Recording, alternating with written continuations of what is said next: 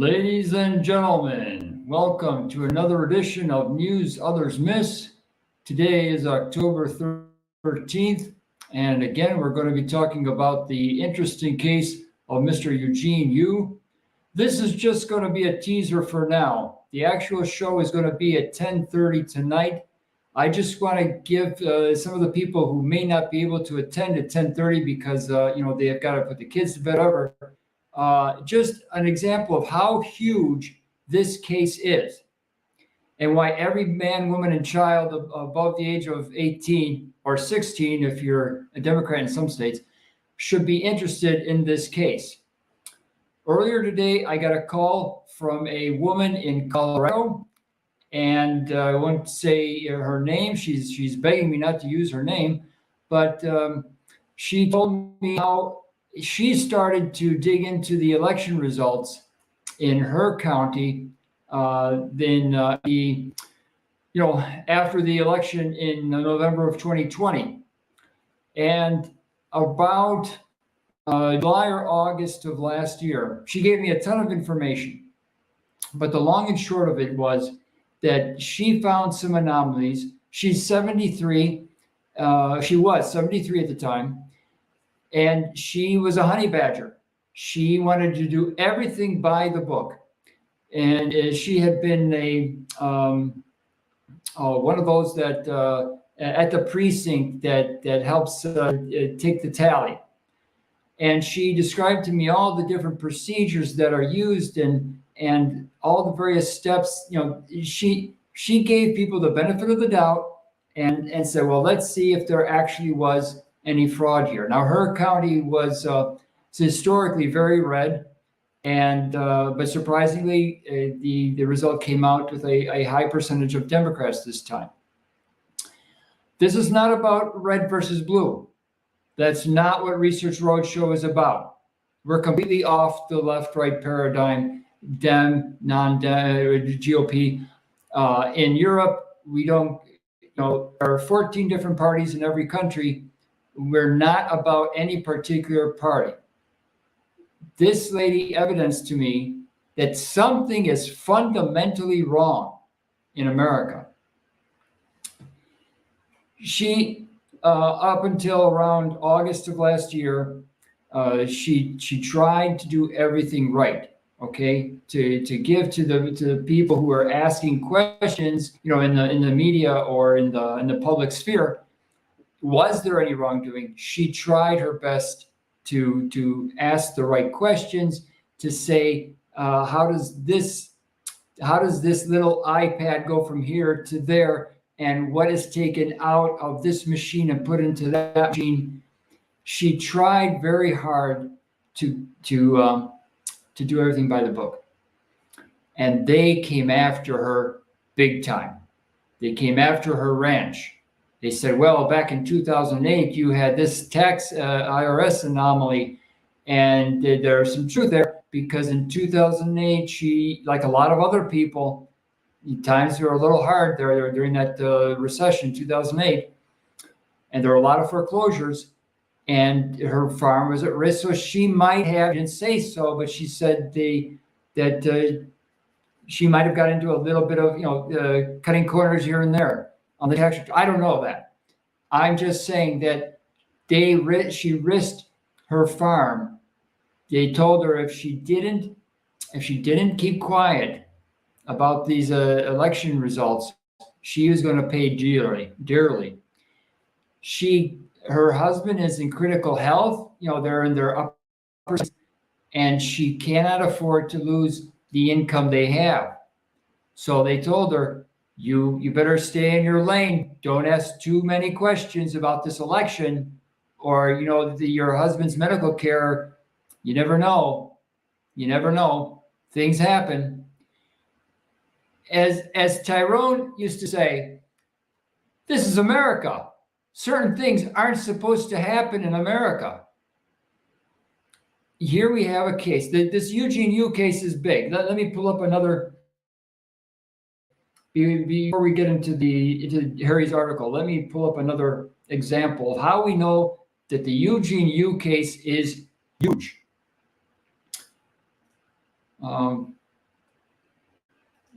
share screen. Bear with me here. They've changed a couple of little things with the StreamYard, so I'm learning them as I go.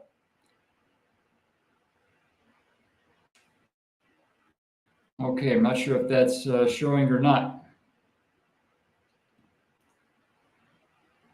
Okay, everybody, I want you to write down this case number.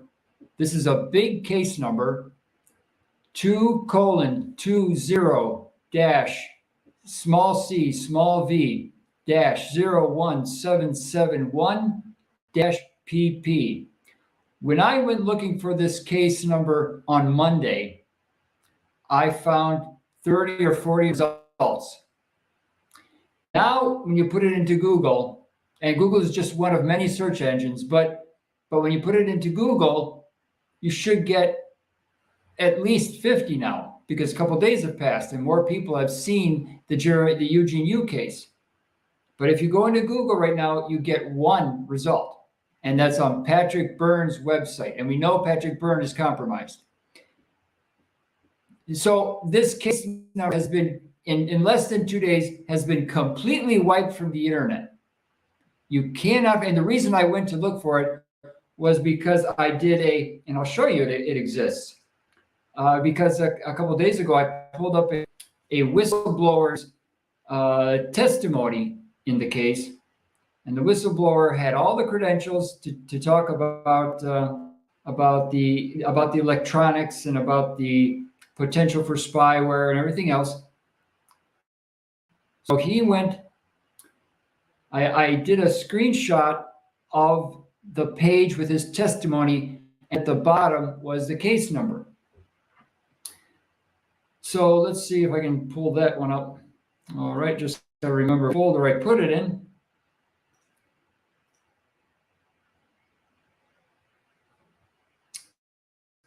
All right, desktop.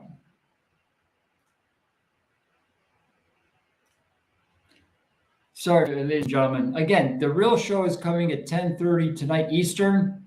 That's 7:30 p.m. Pacific. And we'll march through slowly, line at a time, each of Harry's 3 blog posts. Okay. All right, I found it. So here's the testimony that the whistleblower gave.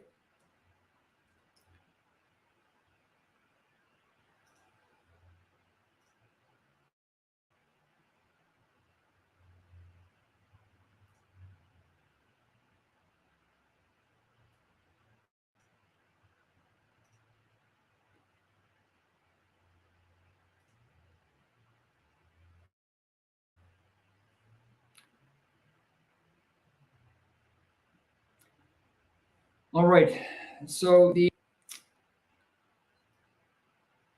I'm not mistaken, it was a gentleman, and he says, I don't know how well this appears on your screen, especially if you're on a smartphone. He was talking about his ability with predictive analytics and essentially cyber. Okay, he's an expert in cyber.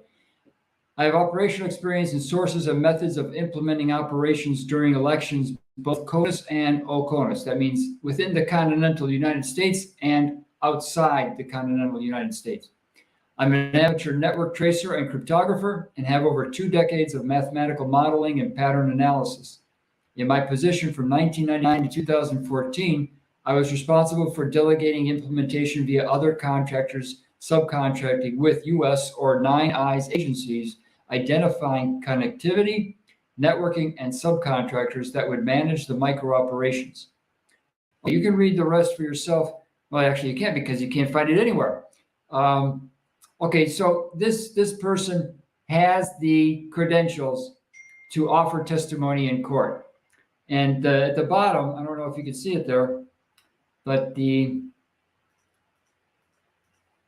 I'm very glad that I screenshot this.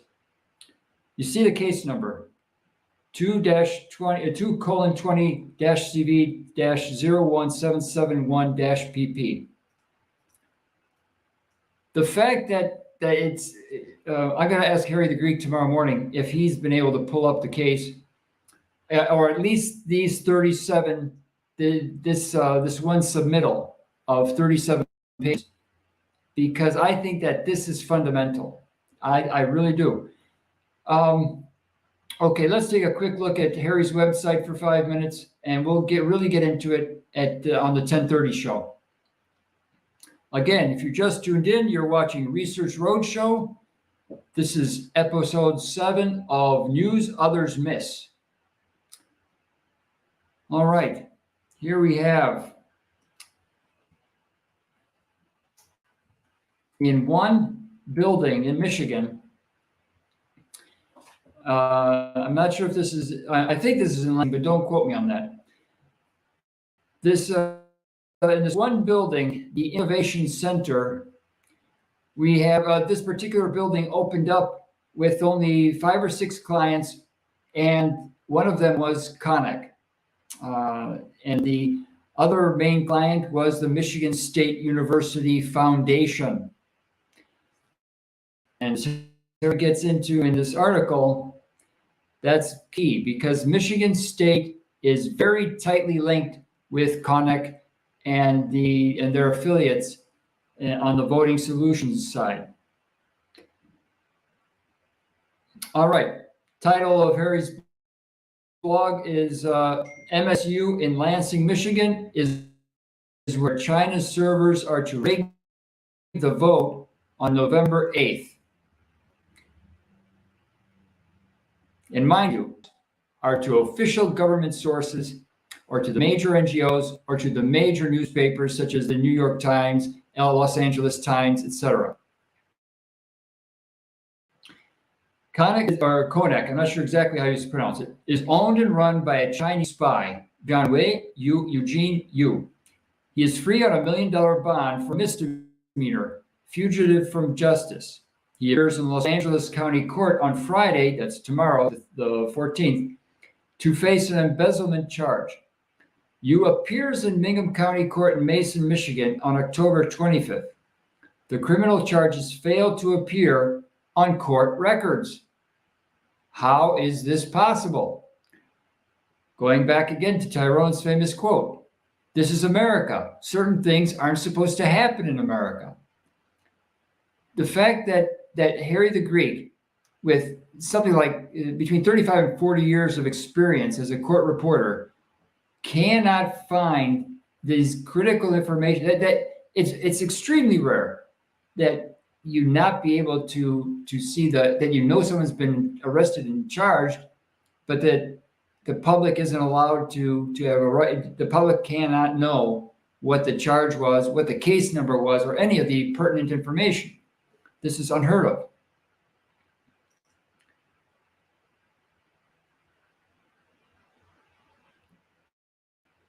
Like the lady in Colorado who risked losing her ranch, she's going to send me some typewritten information tomorrow, and then she doesn't want to be contacted again by me or anyone else associated with Research Roadshow or Neighborhood News. She's off. As far as we're concerned, she's going to be incomunicado. She says she's risking just by contacting us and giving us this little bit of information that she has. Okay, but the other reason she's doing it is that she saw the 3rd episode of the present series on Eugene Yu and thought that she would risk it a little bit to send me what she's got. Okay, let's take a look at this photo.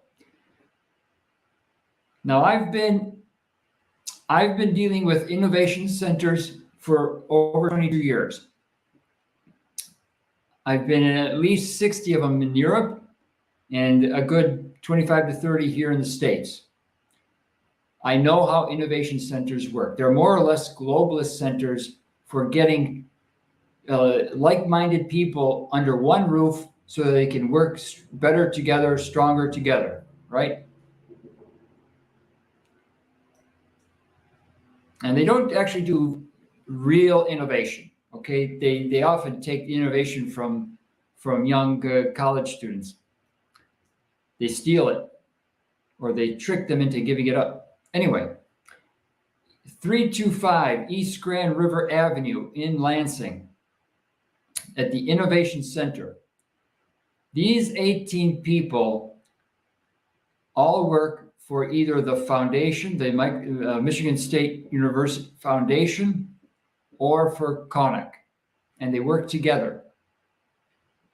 Third man from the right is the soon-to-be famous Eugene Yu, and we'll get into, excuse me, and when we get into the full show at 10:30, we'll go into the background on some of the other people in the photo, and more to the point, is some of the people that should be in the photo but aren't. Okay. Please, in the meantime, while you're waiting for the 10:30 show on the edge of your seat, go visit newsothersmiss.com, read Harry's articles, go visit all the links, and start writing questions. That's what I want everybody to do between today and tomorrow. Write down a list of questions to send me, force me to do my job, and make me prove some of the things that I'm saying, make me dig down, get me to do what Research Roadshow set out to do 3 months ago.